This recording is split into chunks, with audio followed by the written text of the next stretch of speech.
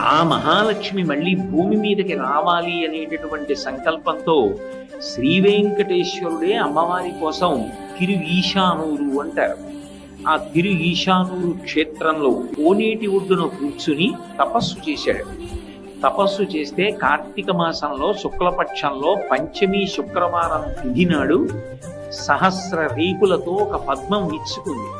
ఆ విచ్చుకున్న పద్మంలోంచి ఆవిర్భవించింది మహాలక్ష్మి. అందుకే ఆమె కార్తీక మాస శుక్లపక్ష పంచమి నాడు ఆవిర్భవించింది. కాబట్టి అమ్మవారికి సంబంధించినటువంటి బ్రహ్మోత్సవాలన్నీ కూడా కార్తీక మాసంలో జరుగుతాయి.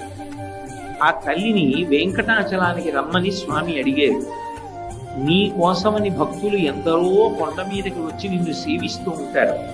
నేను ఇక్కడే తిరుపతి పట్టణంలో క్రిందనే ఉండిపోయి నా దగ్గరికి వచ్చి భక్తులందరూ మొట్టమొదట